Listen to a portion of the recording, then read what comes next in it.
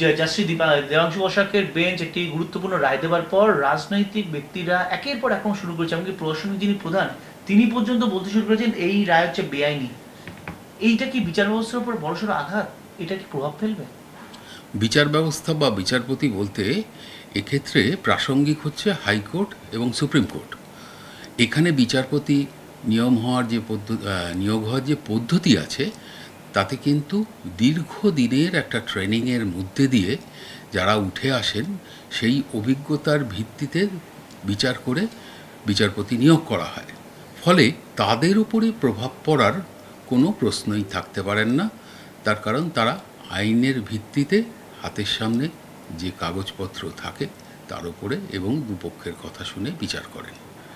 এখন সাধারণ মানুষের কথা যদি বলেন তাহলে বাক স্বাধীনতা আমাদের সংবিধান প্রত্যেককে দিয়েছে, তবে সেটা প্রয়োগের ক্ষেত্রে প্রতি মানুষের শিক্ষা, রুচি, পরিবেশ এর উপরে তার এবং কথা বলার ধরন এর উপরে নির্ভর করে তিনি কি বলছেন। তবে যারা উচ্চ পদে থাকেন তাদের একটু মাইন্ড অ্যাপ্লাই করে বলা উচিত, কারণ প্রাথমিকভাবে এর প্রভাব সাধারণ মানুষের মধ্যে তো এসে যায়, কিন্তু যেটা শেষ যে প্রভাবটা আসে সেটা হচ্ছে যে কোনো মামলায় তো অ্যাপিল করার সুযোগ থাকে।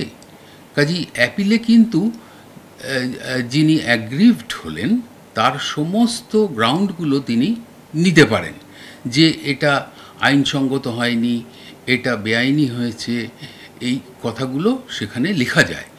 এবং তারপরে এই অ্যাপিল বেঞ্চের যে জাজমেন্ট আসে সেটাতেই বোঝা যায় যে আগের জাজমেন্টটা সঠিক না বৈঠিক, এবং তাই সেই প্রভাবটাই কিন্তু সর্বশেষে সর্বসাধারণের মধ্যে পড়ে। আমার দ্বিতীয় প্রশ্ন, আগামী দিন এই ধরনের যে গুরুত্বপূর্ণ মামলাগুলি রয়েছে সেই মামলাগুলি যে যারা অ্যাপিল করবে বা যারা অপোজে থাকবে তার উপর এই প্রশাসনিক প্রধানদের বা রাজনৈতিক ব্যক্তিত্বদের বক্তব্য কতটা সমস্যা বা প্রভাব তৈরি করবে? সমস্যা হওয়ার কিছুই নেই। আমি আগেই বলেছি যে প্রাথমিকভাবে মানুষ ভাবনা চিন্তা করবে, কিন্তু সাধারণ মানুষ তাদের নিজের বিচার বুদ্ধি দিয়ে বিচার করতে শুরু করবেন।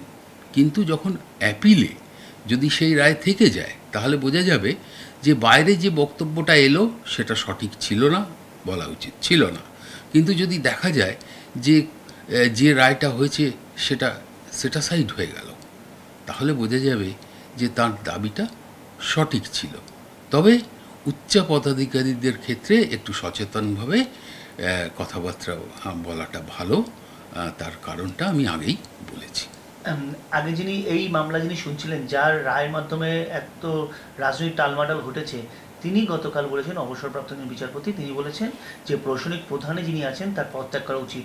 আপনি একজন অবসরপ্রাপ্ত প্রধান বিচারপতি, আপনার কি মনে হয় প্রশাসনিক প্রধানের এই বক্তব্য আপনি কি চোখে দেখছেন?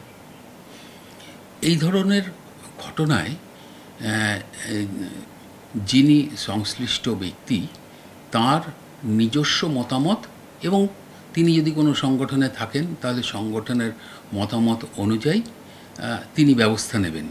এটা বাইরে থেকে তো কোনো কথা বলা উচিত নয়।